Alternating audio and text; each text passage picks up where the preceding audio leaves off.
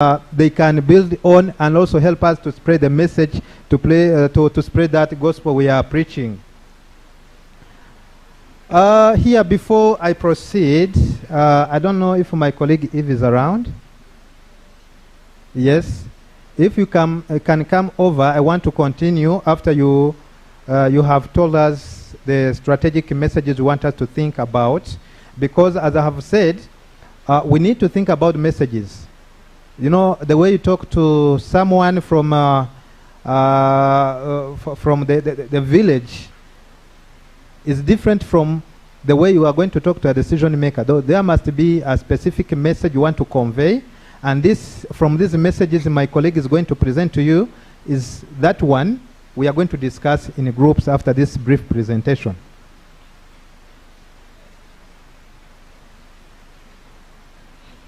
Okay. So it's this one, isn't it? No, I don't know if it is. No, I told David to protect the one on, yes.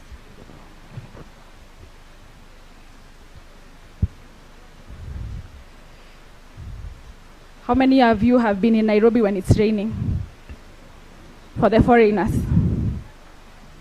Anyone? No? I'm just waiting for my colleague to just project the messages. Just 1 minute. Thank you.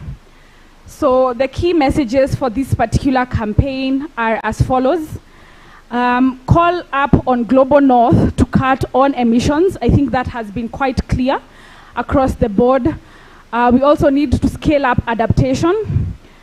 We need to also honor the climate finance pledges. We also call on developed countries to stop subsidizing dirty energy. And we also reject false climate solutions like carbon credit markets and advocate for meaningful, sustainable actions to combat climate change. What this basically means when we talk about key messages is, even in your own context, the campaign will basically be focusing on these 5 key areas. If it's, let's say, in Zambia, what is the most prevalent, or what do you feel is aligned to calling the Global North to cut on emissions? If it's a country like Liberia, what areas do you need them to honor the climate finance pledges? On what areas do you need to call on developed countries to subsidize anything that is considered dirty energy? And what is dirty energy in your own context? Like Fidel mentioned, we are going to break into clusters, which we will discuss and contextualize these messages, soon after which these are the kind of advocacy messages that we are going to be propagating in our individual regions, so that it's not a generalized. We do stand as one, as Africa, but what I need might not be what you need. And what you need might not be what I need. And in each and every particular context, then we need to identify those and bring that to the fore. So Fidel, carry on, and then we'll go into our groups shortly. Thank you, Eve. I think that is very simple, and we can understand that now we don't want to make it general messaging. We want to make sure that it is aligned with our own context in our countries. So now the communication plan, the way we are planning to implement this is, as you can read on screen, is in front of you. We want to use different platforms. And remember, we say that youth are the one who are going to lead this process. And we know that many of them, they are social media service, they are techs. So how can we work together by spreading these messages, this kind of communications? So we are planning to have social media platforms as one of channels to use. We need also to have a dedicated website that may be at country level, but also we have a dedicated page on our Pacture website where we specifically we shall be putting all the messages or communication or updates related to the ongoing campaign at country level or grassroots level. We want to use the mainstream media and also take a space for conferences, symposiums, because I know that part of target audience we have researchers, we have decision makers, so conferences, symposiums, forums, They are part of spaces where we can ensure we can use and spread our messages and what we want as youth, as non-state actors, as Africans. We are going to also to use email campaigns and also events. If you are a good event planner, this is the best for you to think about how you can integrate the messaging into your event planning. I know some countries, they have some conversational meetings. Some of them, they call them Green Fridays, where people can meet around the table and discuss on matters related to climate change or environment. So we can use that opportunity and exchange. And, you know, we are in the campaign, we're in advocacy, we are using lobbying, we are using networking. So these are the best moments you can use during our communication plan implementation. Now, when you have identified the channels where you can pass your message, then you need to think about the content. Which content, strategic content, you are going to share with your audience. This is very important because if someone sends you to the State House to talk to the president, there's a dressing code. You have to be the way they want to see people, for example. And even the language. If you usually use a street language, that's not the one you are going to use when you visit a minister. And when you are going to talk to street children, you are not, you know, going to them as a respected person. You need to be like them so that they are able to understand what you are telling them. So we want to use infographics.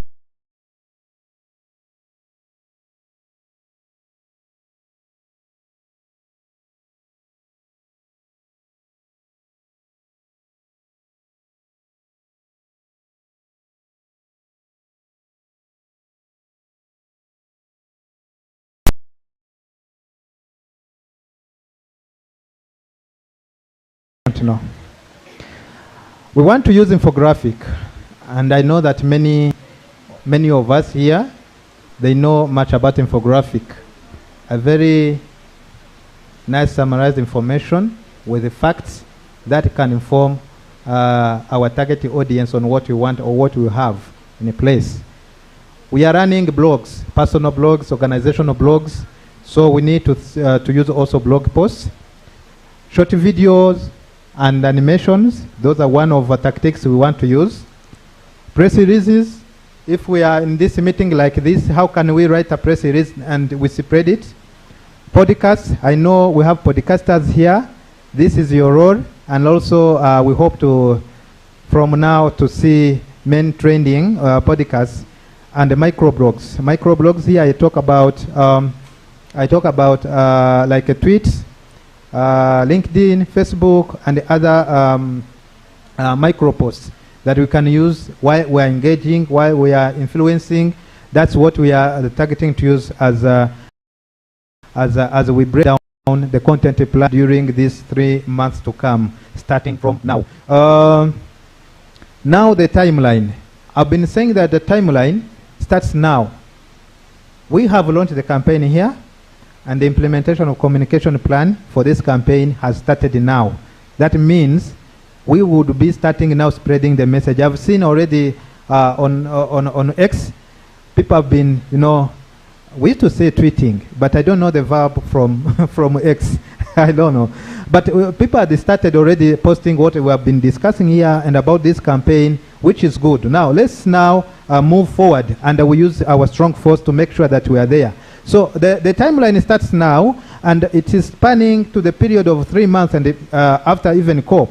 We shall see how we've been working, and we shall have the similar session as the one we have had today, discussing on what worked well and what didn't work well. But also, we think that a weekly plan and a weekly reporting, if time allows, we shall have that sessions. And I've told you, this is not a Pacta Secretariat initiative.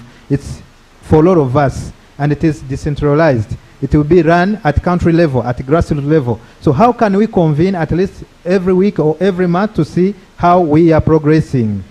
And this communication plan will be converted, and at country level, I wish that everyone goes with it. It is in English. We shall translate in, we shall have a French version for maybe guiding when we are just scaling down the implementation of this communication plan. Every campaign or every action needs resources, and that's why we believe we have a strong force. We have a young digital activists, those are youth. We have community resource persons at country level, at platform level, they are there. We have also softwares. We need to use new technologies on how we can reach even far away.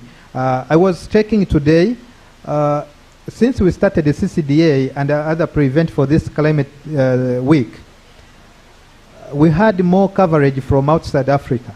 Now you can imagine why are people from outside our continent are interested in what Pacta is doing here. You understand why. So using these digital tools, new technologies will help us to spread our messages. Now, when you have people and you have ways of implementing your communication plan, you need to think about who and what to be done by who. That's why you have thought about the responsibilities and the role we have to play. And that's why we have the secretariat staff. Here we have communication team. We have policy advocacy and a communication department to which we are affiliated, but also the entire staff of the secretariat, including the senior management team. We have youth constituency. As I have said, this campaign is for youth. They have to be led by youth, for youth, with us, and for all of us. So that's why you have to take it as your work. So we have youth. We have Nairobi Summer School alumni, cohort 1, cohort 2, and cohort 3. We have YDAs, young digital activists. We have CRPs. But also we have DNP coordination. I know they are doing great job.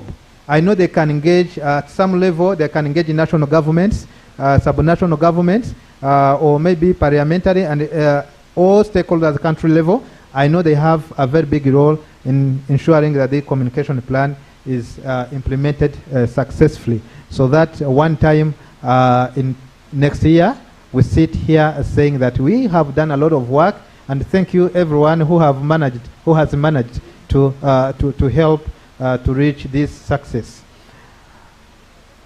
Merci beaucoup. Thank you very much. And then the next task, I think, Eve can guide us. But something I've forgotten, as we implement this communication plan, let's think about our languages. Isn't it? We have some countries where we have more than 100 languages. So you cannot use English when you are speaking to someone who speaks Yoruba, isn't it? So since now you are running a campaign at country level, you will be able to use our local languages so that we make sure that we reach even the far, or maybe someone far end, they're at the grassroots level. We make sure we bring him or her on board. Thank you very much. Welcome.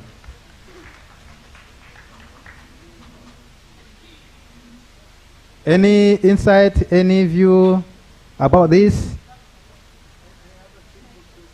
Yes, Professor. The private sector is included in corporate and philanthropies, because I know they play a very big role. First of all, in polluting, but also they are not part of discussions. When most of the time when we have a communication campaign, we forget that they are there. Plus faith-based organizations, because they are opinion leaders. They can help us in implementing and spreading message about what we are doing now. This is not acceptable, but what you wrote over there, stop blaming private sector, what that means. I mean, you can go back and it you yes, I know that sentence. Yes, the sentence is very odd to me. Yes. Sometimes when you point a finger to someone, you forget that 5 are looking at you. So when we know that there's something burning us, we try to shift, you know, the causes to someone else, and we forget that we are in the same boat under the same umbrella, and we are going to be burned together. Yes, behind.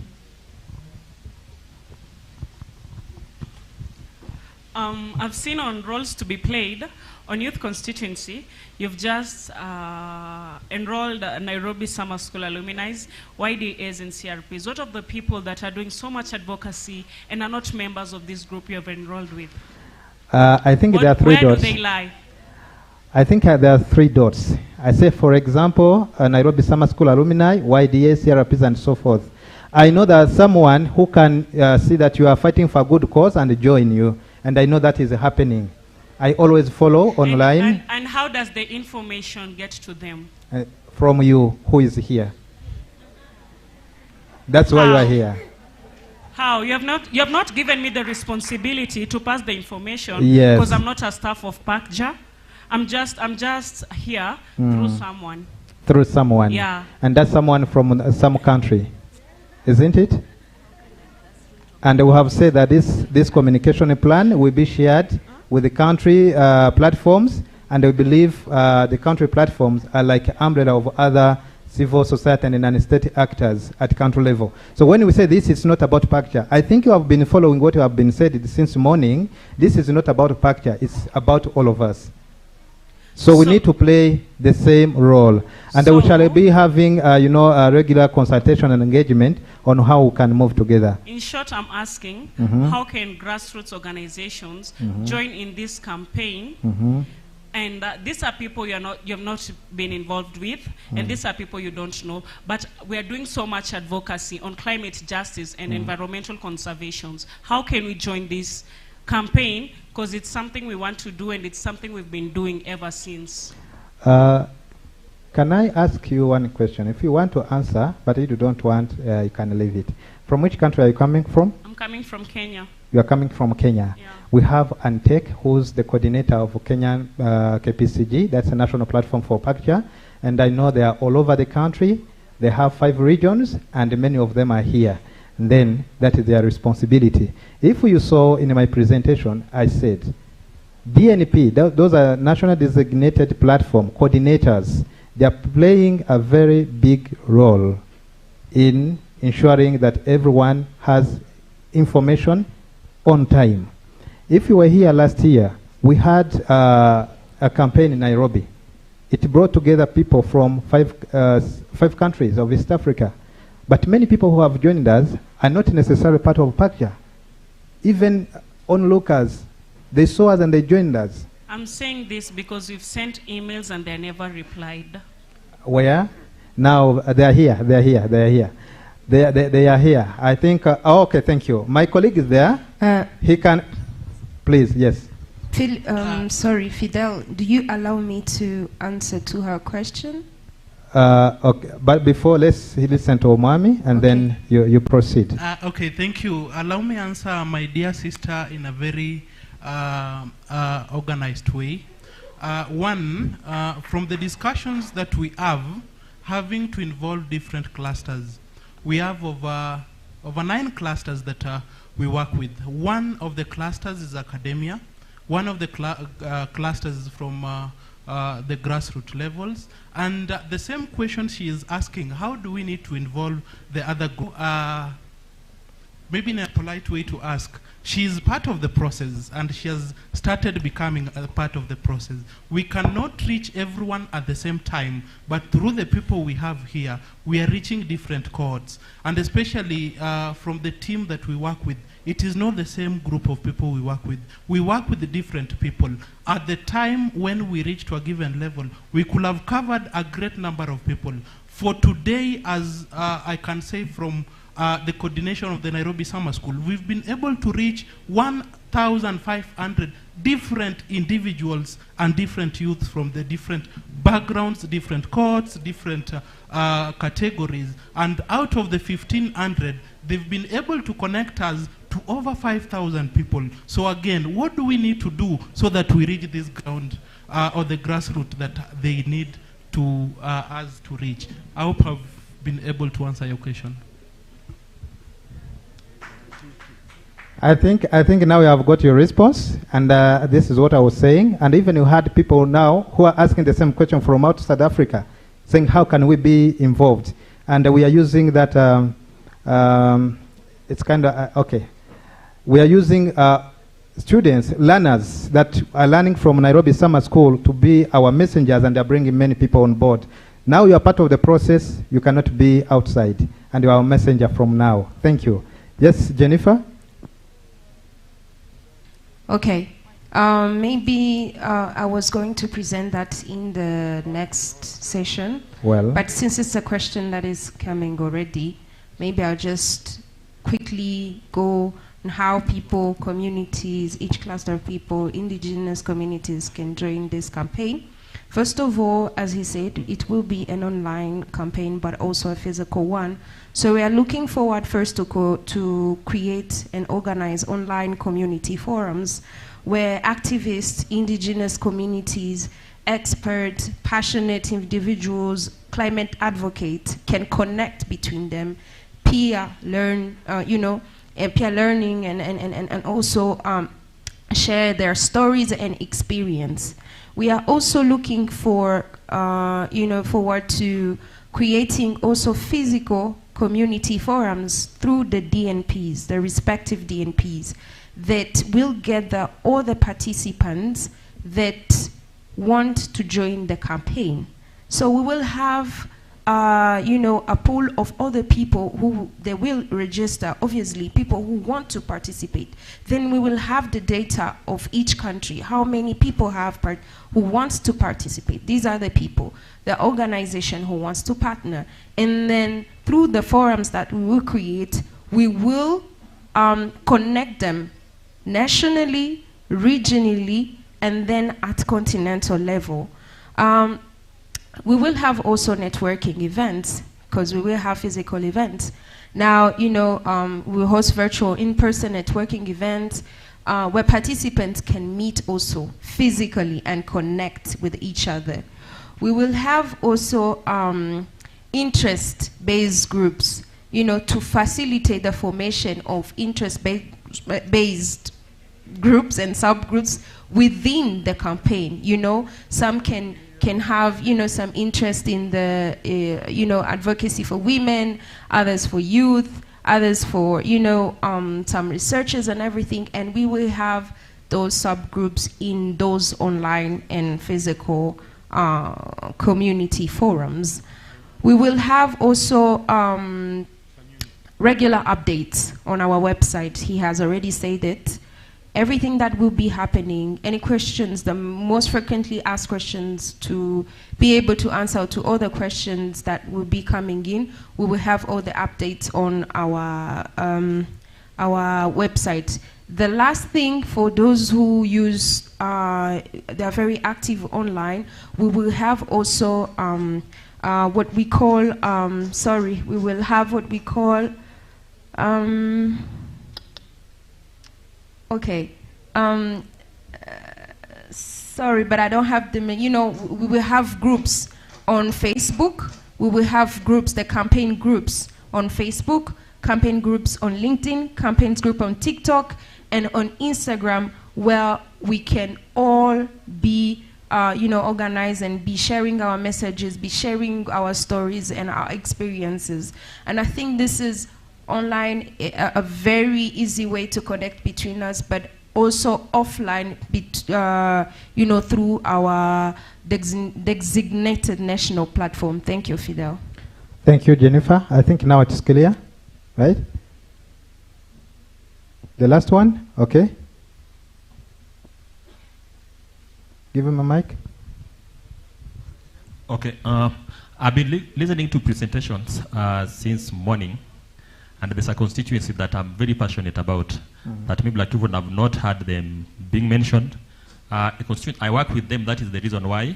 Maybe like even I'm caring, maybe like even to ask whether maybe like even in our plan, we also intend to involve them.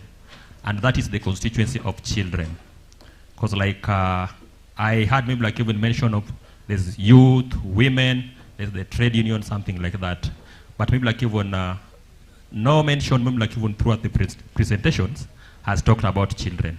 Remember even yesterday during the summit, they made their presentations, and maybe like even one of those children who was also there was from Kenya, and from the Kenya Children Assembly.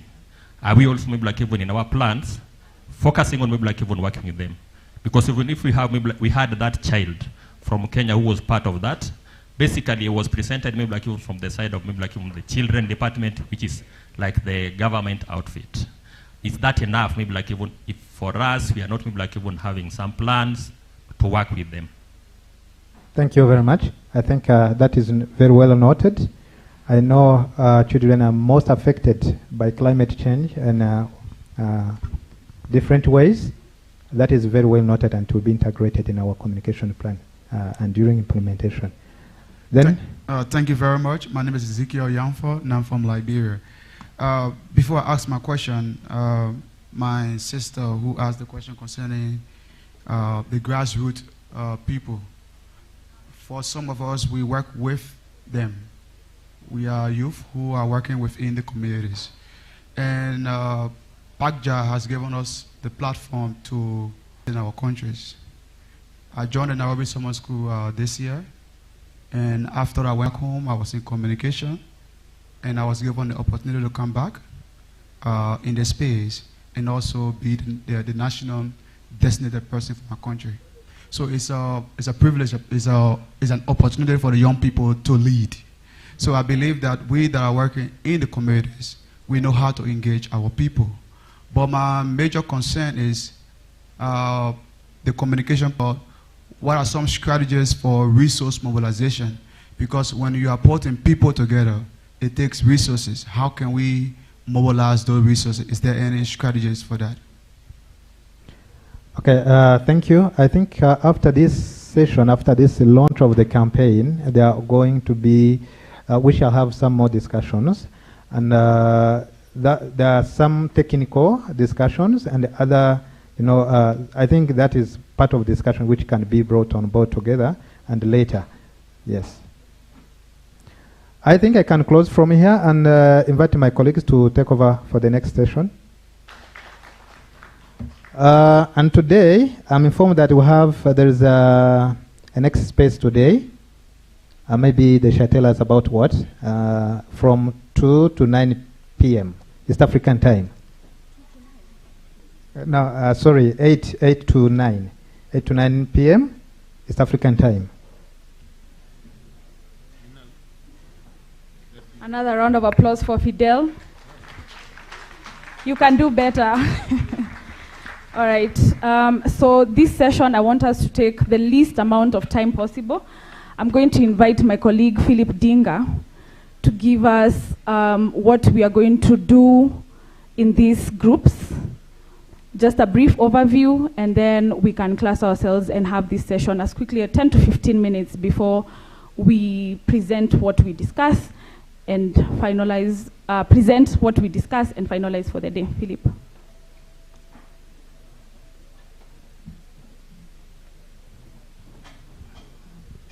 Good after lunch, friends and colleagues.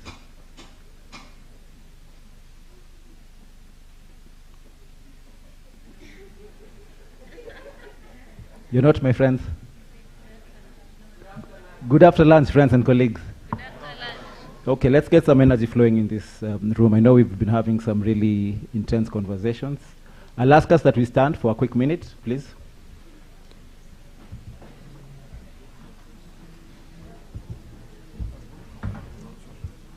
Fidel, I can see you're not standing. Okay, you can stretch, put your hands out. Up, down, on the side, stretch this way. Get some space, don't slap anyone. Okay, the campaign that we're running, please remain on your feet for just a minute. The campaign that we're running, that we're launching today, is based on trust. And for us to trust each other, I've called you my friends and colleagues. You've refused to answer. So I'm going to refer to you from today as comrades, because we are going to continue our climate justice fight. So comrades, power. Not enough. Comrades, power. Comrades, power. Please take your seats. Now that we are friends, I'd like to carry on this discussion, and the way we're going to do it, I'm sorry I didn't get the name of the lady who asked the question about the grassroots. Could I get your name, please?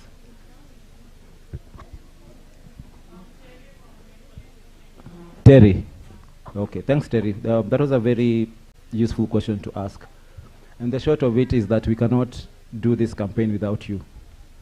We're going to co-create how to make this campaign a success.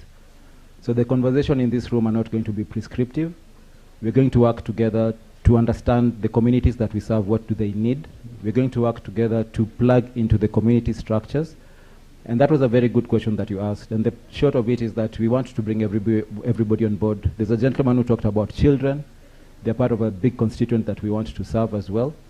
People are talking about the women at the grassroots, the people living with disabilities, fisher folk, indigenous communities, pastoralists. They're all part of this plan. So you're right. How do we get the message across to the grassroots? And we can't prescribe. We're going to work on it together. I'm going to come back for another session on our mobilization plan. I'll tell him a bit about what we want to do or what we'd like to do. But more importantly, we want to hear from you, so that you tell us how do we influence in those communities. So for the next few minutes, how many minutes do we have? 15. I'd like us to do a cluster approach. So that will move you a bit. I know we are just from lunch, so that the food can settle in nicely. We'd like to move you a bit so that we have, how many are from West Africa?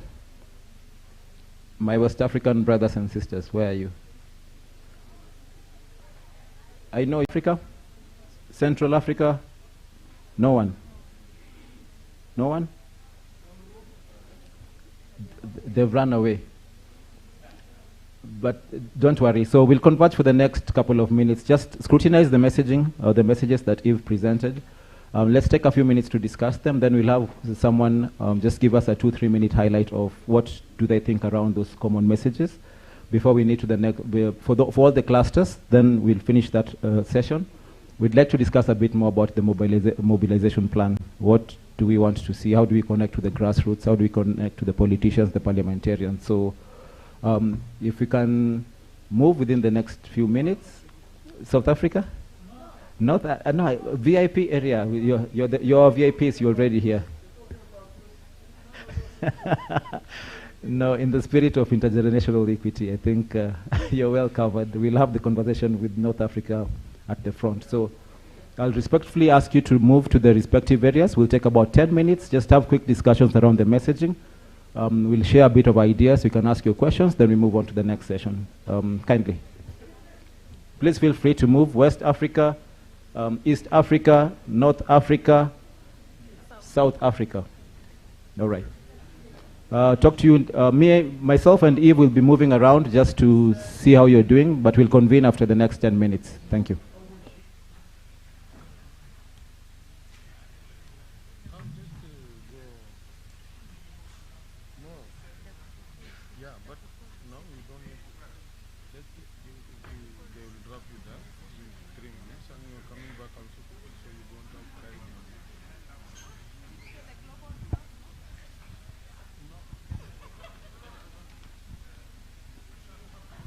Let's move with haste, guys, kindly. 10 to 15 minutes. We will be consulting with you around your round tables. Kindly pick someone who will present for you what you agree are the common messages coming from your particular regions.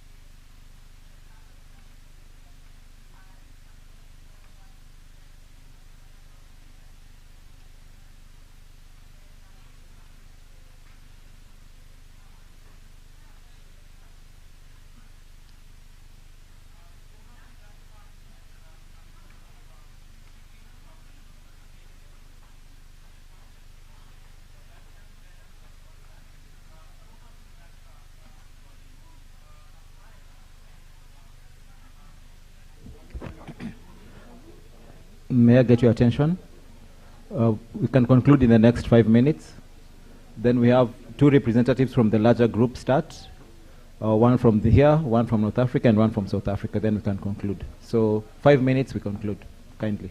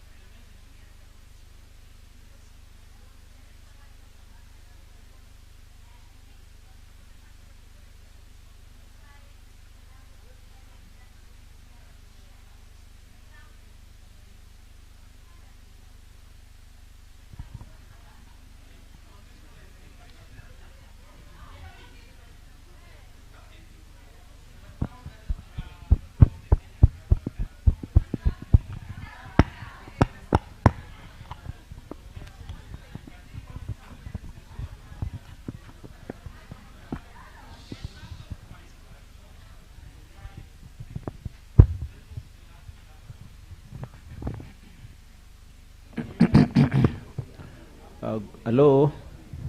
Hello? Dan, can you hear me? Are you done? Two.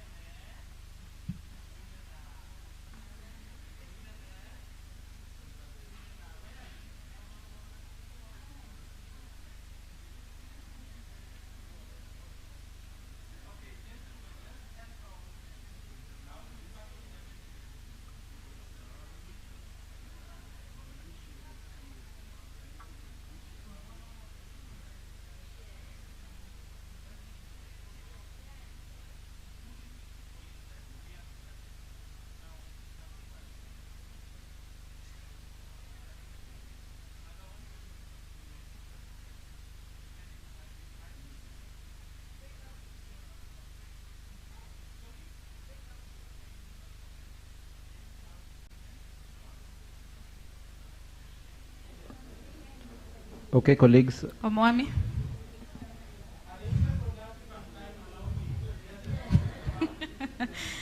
Where do we start? Thank you.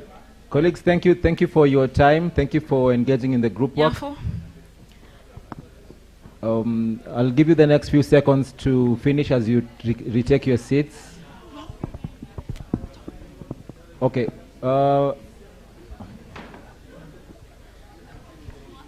Okay, we are convening. We are starting with the East African cluster. Anyway, yeah.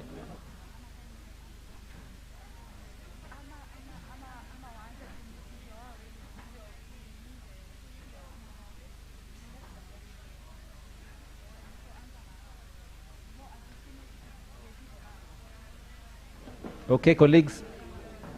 Thank you, colleagues. Thank you. If I can have your attention. Thank you, Mezami. Okay. So we'd like to have quick reflections from the groups. I'll start with our South African colleagues. Who's going to represent you? Lydia, I'm looking at your team. Who's making the submissions? Please step to the podium, if you don't mind. West African colleagues, who's making your submissions? West Africa, please step up to the podium. North Africa. Okay. Central Africa. East Africa, please step up to the podium.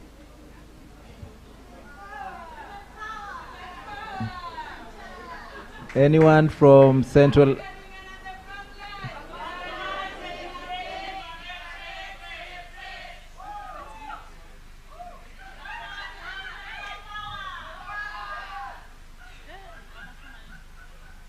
You're presenting two of you? Yeah. Okay. Sawa, that's fine. Organize.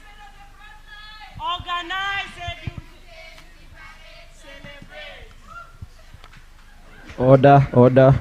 That group, order. Thank you for your energy and your enthusiasm.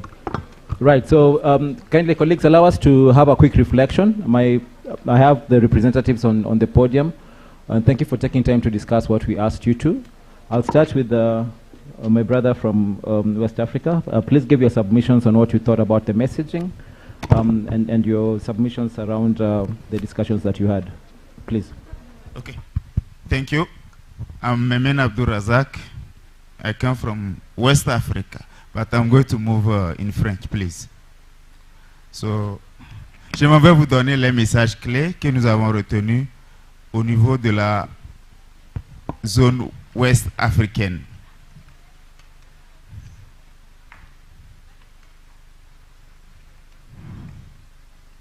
Can I go on? Okay. The first key message.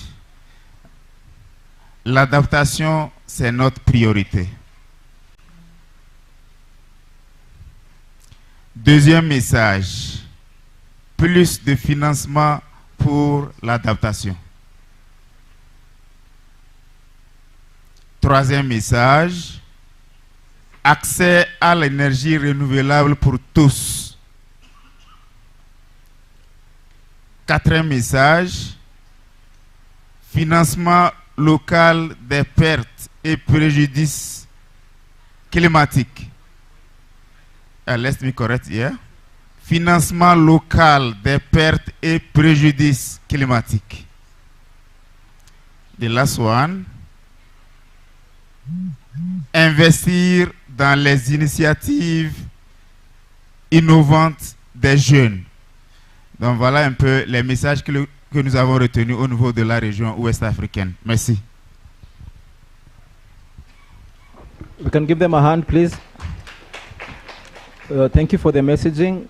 And this exercise is really important for us because despite the messages that Eve put out, the reason we wanted to hear from you is because the issues you speak to are what you relate with your community. So we'll see how to infuse the messaging that was presented with what you've presented today so that we have one common agenda. So thank you for those submissions. Anything? I'll give one chance to any of your colleagues to add anything. If there's nothing, going once. Okay. I'll move on to my sister. Please make your submissions. Hello, everybody. My name is Winnie Ongiri, and I'd say I'm a student at the Technical University of Kenya, currently serving as the Clerk of Congress of the Student Association. First and foremost, I'd say what an honor and a privilege to be here and to speak about matters that not only affect our environment, but inherently affect us as well. So for East Africa, we categorized or clustered the people that we're going to be dealing with. We have children, we have women, and we are having the youth. So I will tackle children and the slogans that we've come up with, and for the slogans for the youth. First, we'll deal with the children and how we are going to approach them. For example, Kenya, I'd say we have the Kenya Children Assembly, which has structures in every county that will be able to disseminate the information concerning climate change to the children. We also have a slogan that we've come up with that says, "Save our children from climate injustice."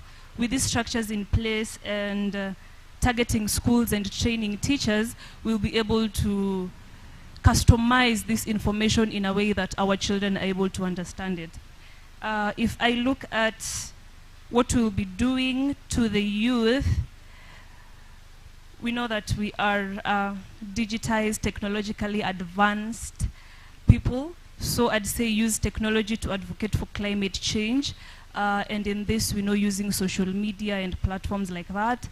And the next one of the slogans that we'll be able to use, or how we are going to adapt this message for the youth, is creating one. Sorry, we came up with two slogans. One of them is Youth for Climate Action and Prioritizing People, Not Profit. One of the key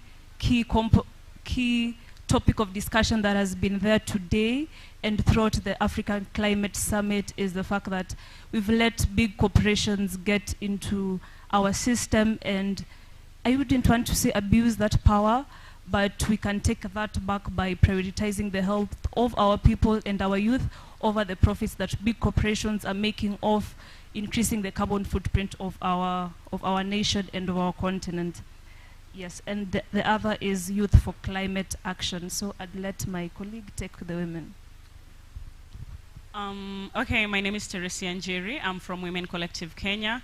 And basically, we women have been, let's say, there has been a damage on us on climate change. Although the weathers are not very favorable with us. When a woman is pregnant, when you're on your periods, when you're having your baby. And when we're working out on how to mobilize women, we say that we should go to the women-led organizations. Those are the places we'll get our women. We should go to chamas. Those are the places we'll get our women. Come to the grassroots where we have mama fuas. Those are the places we'll be able to have our women from. Let's go to these grassroots places where climate change has brought a lot of damage on women from the grassroots. Let's approach them from there. Let us have this discussion with them and have a common thing we are working on.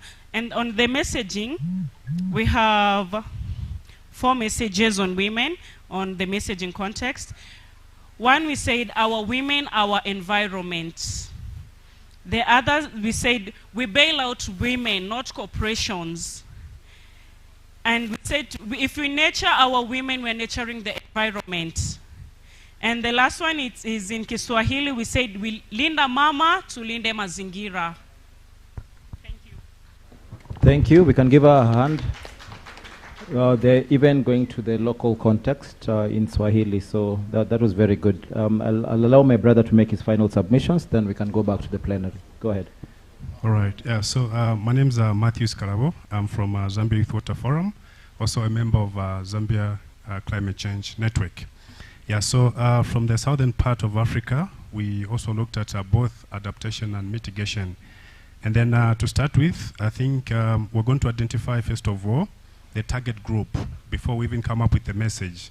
So after identifying the target group, that's how now we are going to categorize the message, because a message that speaks to the youth is not a message that can also speak to maybe a member of parliament or maybe a district officer or maybe a councillor. So first of all, messages is going to target the local authority, then also the traditional leaders. Just like I said, a message which is applicable to a traditional leader may not be applicable to a member of parliament or maybe a councillor. And then also the community at large, including the youths as well. So when it comes to messages on climate change, we will look at inclusiveness of climate decision. This is where now each and everyone should be part of decision making when it comes to climate change. Instead of just deciding people on their behalf, why can't you include them as you'll be planning for them or any discussion in line with combating climate change? Then also we're looking at sustainable use of resources in their particular areas.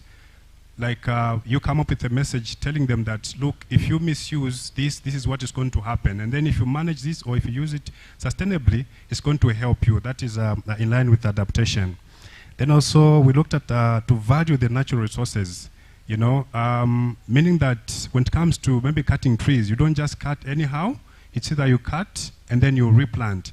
Or also you can still demarcate, let's say maybe a certain area whereby, okay, this part of area we'll use it for this one we'll use it for maybe for future. That is value the natural resources. Then also we looked at utilizing the indigenous knowledge. I think this has been running through the discussion, including from KICC, whereby indigenous knowledge has been neglected, and yet our forefathers, that's what they used to use, you know, to predict climate change or maybe floods or maybe drought, you know, and then after they do their prediction, they used to prepare themselves, and you find that they were not really affected the way we are affected today. And then also we looked at protecting the forestry, which is also, I think, applicable to a sustainable use of natural resources. Yeah. Then also identifying young people who have got innovative ideas. More like you just do a message that can provoke someone that really, if this is what it is, I think I can do it this way, maybe I can do this to respond into this situation. Yeah. I think this is what we came up as Southern Africa. Thank you. Thank you. Thank you for your submissions. I'll take just any 2 burning questions from anyone before I release my panelists. Anything on this side of the room?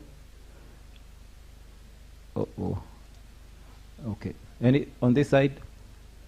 Okay, so we have 1.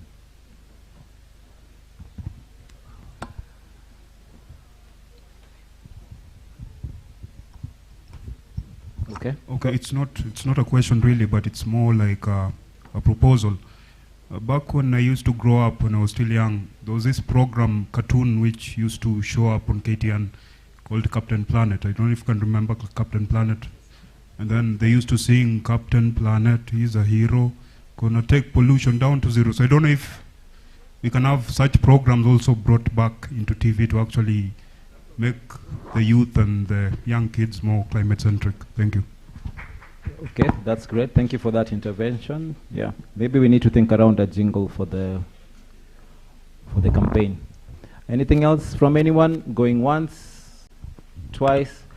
All right, because it's a bit cold and it's been raining, we'll give thunderclaps to these amazing people who are at the front. So how we'll do it, we'll just warm up our hands. We'll do it 4 times. We start with West Africa, warm it up. When we say go, you just thunderclap. I think you know the drill. Warm it up, thunderclap. Not good enough for West Africa. You know how they are. My brother is not feeling appreciated. Warm it up, thunderclap. For East Africa, warm it up, thunderclap. Central Africa, warm it up, thunderclap. Last but not least, South Africa, warm it up. Again, they are the wait. They are the farthest down south, so we'll take some time. Thunderclap. Thank you, my panelists. You can step back. Thank you. Thank you for your time. You can give them a round of applause as well as they. Right. Colleagues, in the interest of time, I see time is fast spent. We are supposed to have 2 more sessions, one on the mobilization plan and the roadmap. Allow me to combine the 2 sessions with you. I'm just going to highlight what we've talked about today and the main reasoning around our campaign. Then I'm going to propose a few ideas of what we think. We'll listen to you in terms of how do you think we can do it. I like the submissions from the South African team. They went even deeper into who do we target, how do we target them. Thank you for the East and Central African group for bringing in the issue of children. I think that's a very important cluster that we can't miss out. So basically our conversations today were around the global stocktake. And the global stocktake, the importance of the global stocktake is simply because it links to our NDCs, our national determined contributions, and our actions at national level. Beyond that, I'd like to provoke your thinking around the grassroots mobilizing. How do those national determined contributions, our national action plans, our policy structures and instruments, how do they connect to the community? As someone asked, how do we connect to the grassroots? So in the year of the global stocktake, can we showcase more? Even coming out from this summit, what are we able to showcase as Africans as innovation?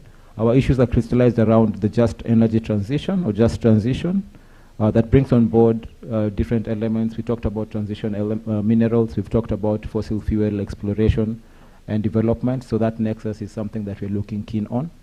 Then we're looking at the corporate climate atrocities, as my colleagues presented, in terms of multinational and national companies. What do they leave the communities of worse off than they found them?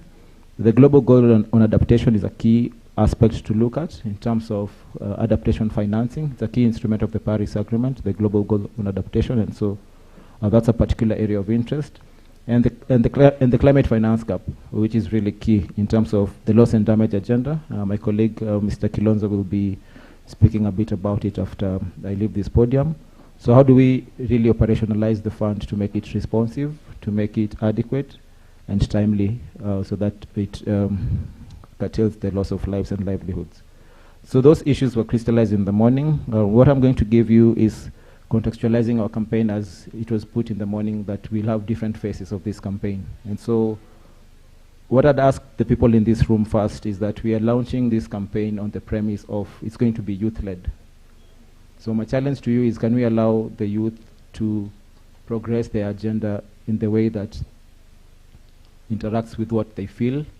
So I'm talking about artistic expressionism, we're talking about sports, we're talking about art, we're talking about digital influencing, we're talking about disruption. And so we need to be creative with this campaign.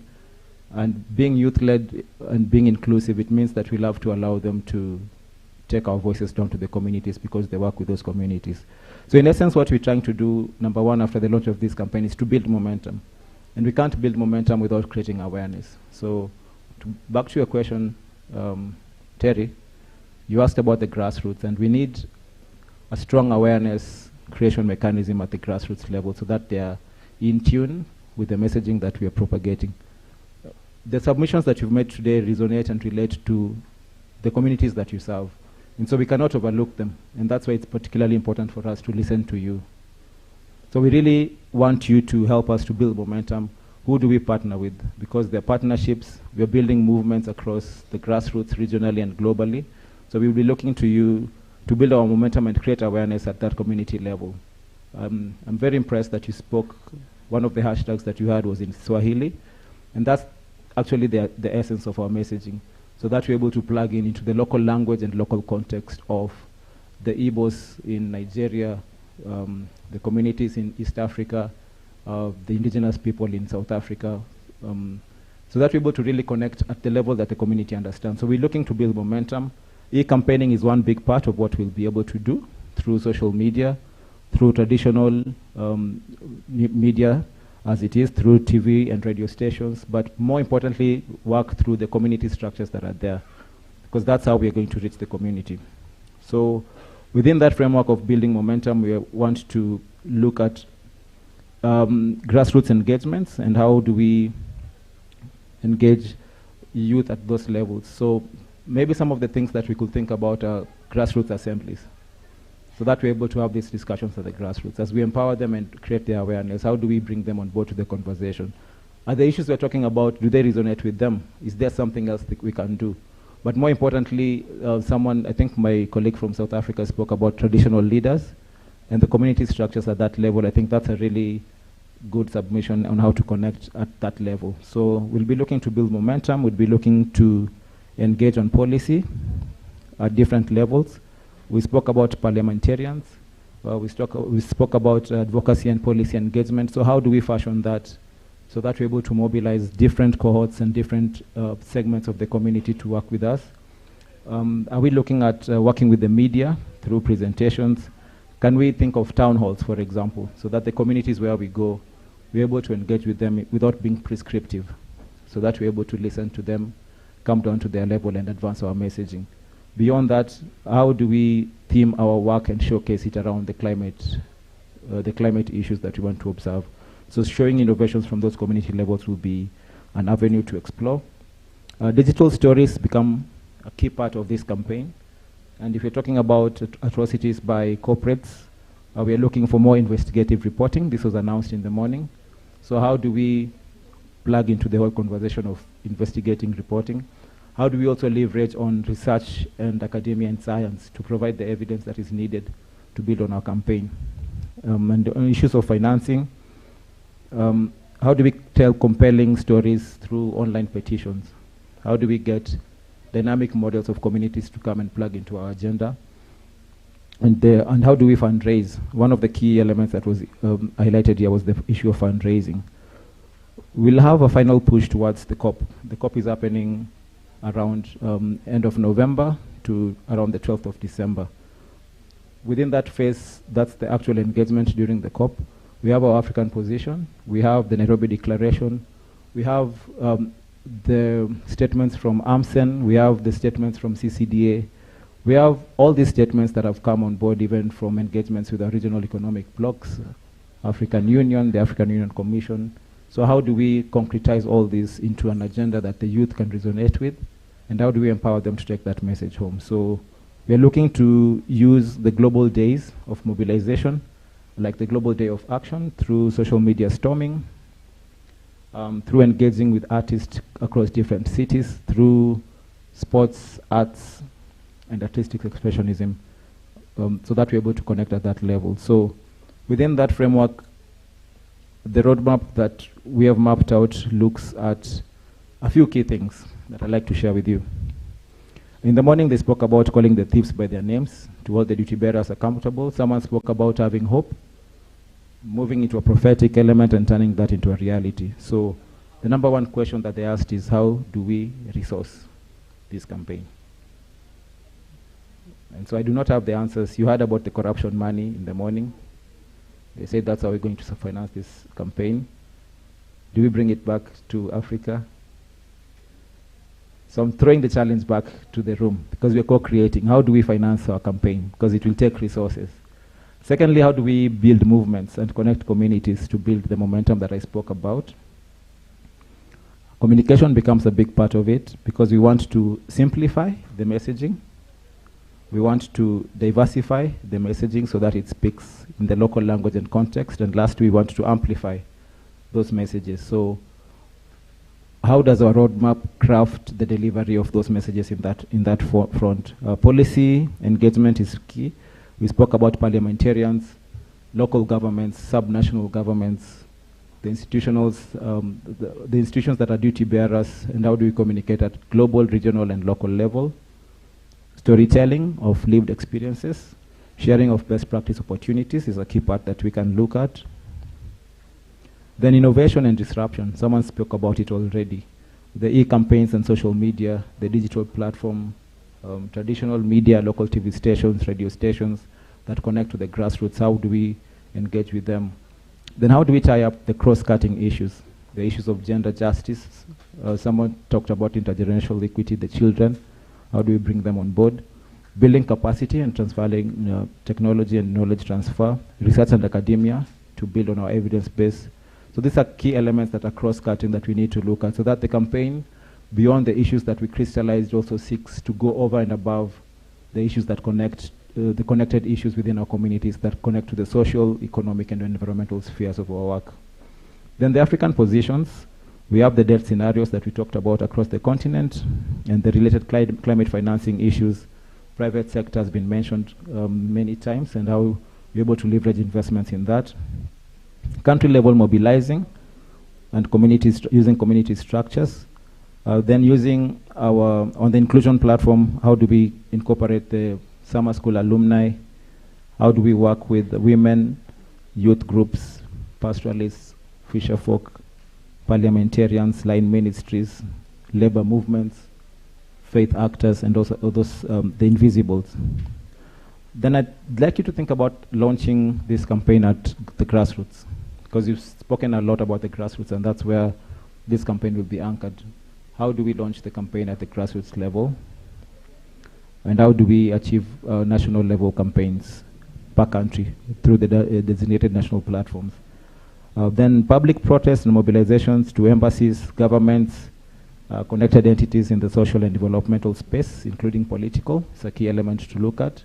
And lastly, how do we engage with our strategic partners, the Africa Group of Negotiators, AMSEN, the media, the UN General Assembly, of the African Union, so that we continue with our approach towards a unified African position.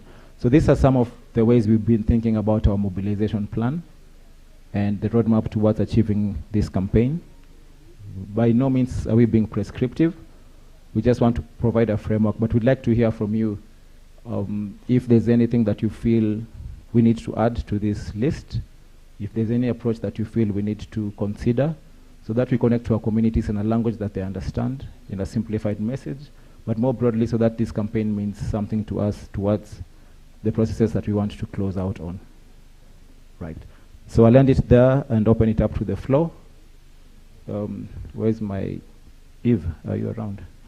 Please help me with this roving mic. I already have a gentleman who wants to say something. Feel free. We can share this in the next maybe 5 to 10 minutes. Then I'll invite my colleague, Philip Kilonzo, to close with us for this last presentation for the day and also close the meeting for us. So please hand over the mic to the gentleman.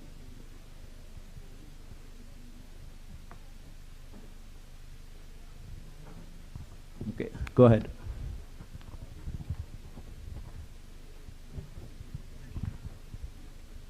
Okay, thank you very much.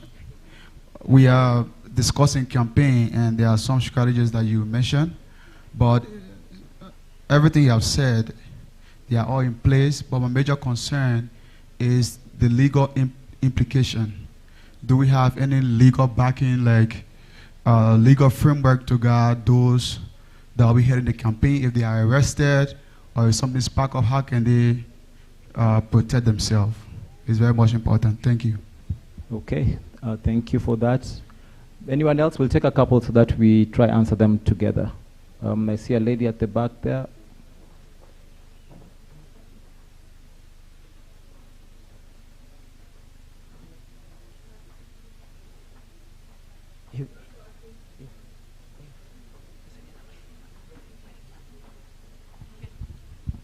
It's working now. Sorry.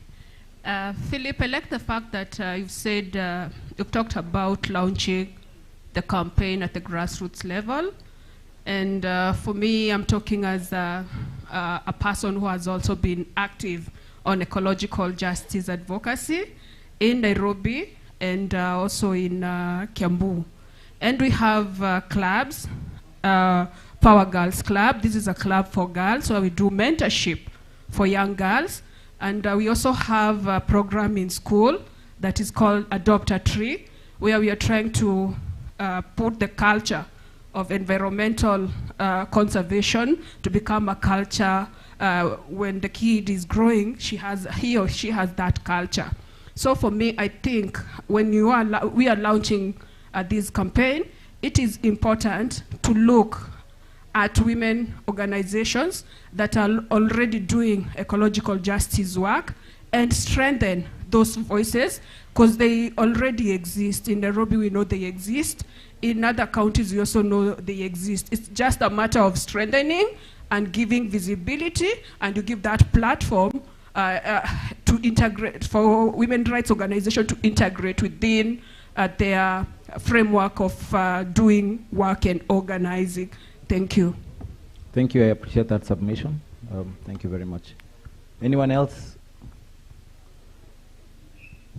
Okay, going once,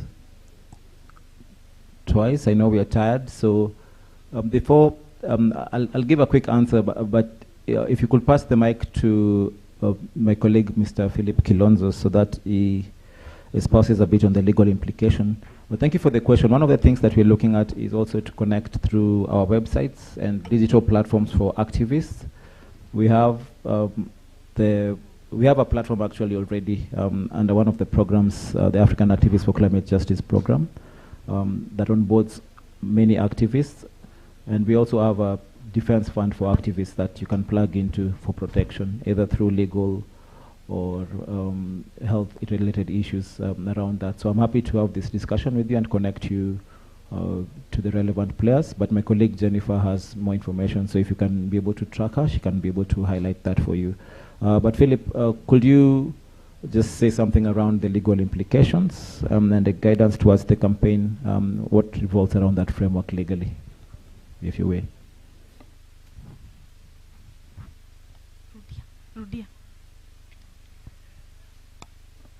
Right. The question was on is there any legal implication or a framework to guide the campaign in case our activists, our protesters get arrested, get into danger, or we get into an altercation with the law?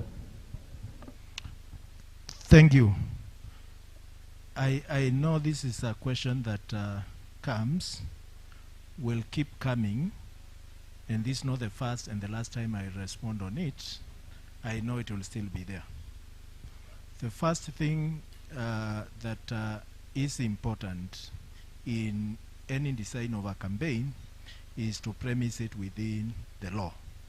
So the first thing that we ask ourselves is, one, are there elements within this particular campaign that is not within the law?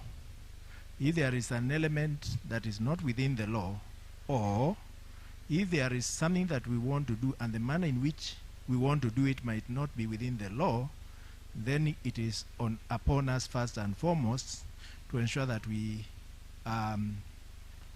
change that slightly, or we adjust that slightly, so that it is in conformity with law. In some certain countries, then you move away from the law and you ask whether that campaign is stretching the boundaries of civil liberties. If it's actually expanding civil liberties, then you start looking at how do you still expand on those liberties while still not being outside the legal framework. Now, for those who might, and I'll tell you what some people do, sometimes people do legal things and then they do them illegally. So it's important, even when you are doing something that is legal, to look at whether you are doing it in a legal way or again because if you've been given orders to vacate a place, even when you are pursuing a cause, it's time to vacate. You will live to fight another day. You don't need to insist that I'm here and I'll continue to protest because I'm protesting. No. You assess the orders and take the right measures. But now let me come to your question. I think the first thing that I encourage activists to do, having done that, is to do a risk assessment. Each of the countries should undertake detailed risk assessment, and secondly, it should develop what I call protection mechanisms. When we talk about protection mechanisms, they are wide. I know sometimes people run to those protection systems within the multilateral processes. But the biggest mechanism for protecting human rights defenders is actually community-based mechanism for protection of those human rights defenders. Number one, to what extent do communities understand and associate with your issue? If you are a lone ranger, then you will be vulnerable. But in as much as you have done sufficient mobilization, you are with the people. That's the first thing. Number two, to what extent are the legal enforcement entities, the administration, the judicial officers within the local area understand your plight and the issues that you are championing? And can they stand to support you at any particular time? If you've been able to buttress that level of support, then you are good to go. But if you have not done that, you rather go back and begin to build those blocks, because those blocks are extremely, extremely important. Thirdly, it is important to look at the political class, even though sometimes we challenge them. You will find allies within the political class, you will find opponents within the political class.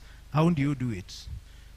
We had some 6 members at one point inside police, inside cell, and they were all fined quite colossal amount of money.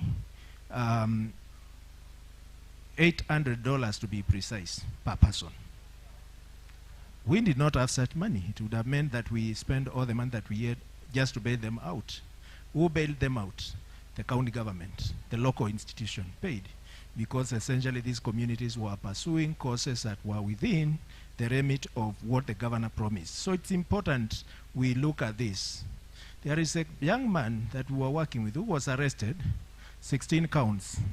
He was 16 years old with 16 counts in police station, and we had to walk there and ask the officer commanding station how feasible it is for this young man to commit so many crimes.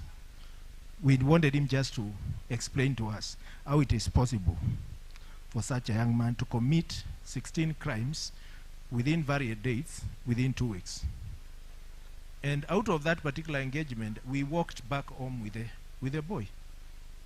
So it's a question of the kind of relationships that you build from below and how you sustain those relationships, rather than looking at whether somebody is going to pay your fines, somebody is going to support you in court process and all that. Be it that then that eventuality happens, then we stand with you, so long as you were on the right track. Thanks. Can I call you my friends now? Comrades power. Comrades power. Okay. Let's do a thunderclap for Eve. 1. Another one, a strong one. Rabbit. Thunderclap. And I'll ask for just one thunderclap for myself. Thunderclap. Thank you for being a lovely audience. I appreciate your time. Mr. Kilonzo, please take the podium.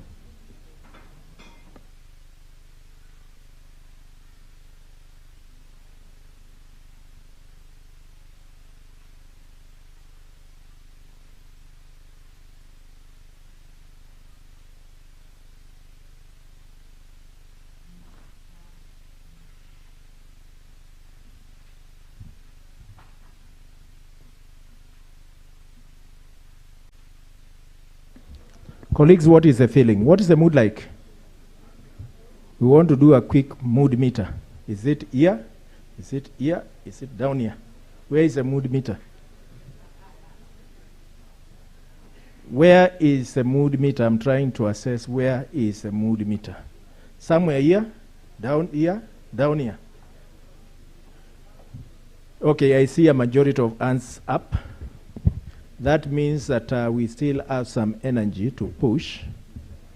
I'll not bore you with many facts, but indicate that Pan-African Climate Justice Alliance is associated, strongly associated with the loss and damage agenda, and that COP28 is actually the deadline point for establishing a loss and damage facility.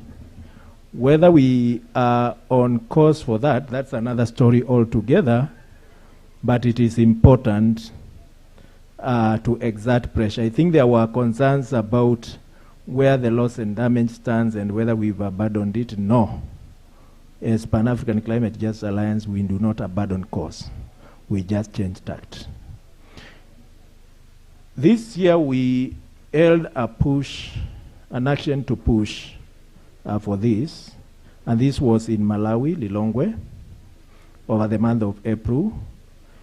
Two things were generated there, one being a declaration, again targeting the Transitional Committee on Loss and Damage, and subsequently a comprehensive, I think, 8-page submission to the Transitional Committee on the kind of institutional mechanisms that we want to see in place, institutional funding arrangement, and how the fund generally should operate.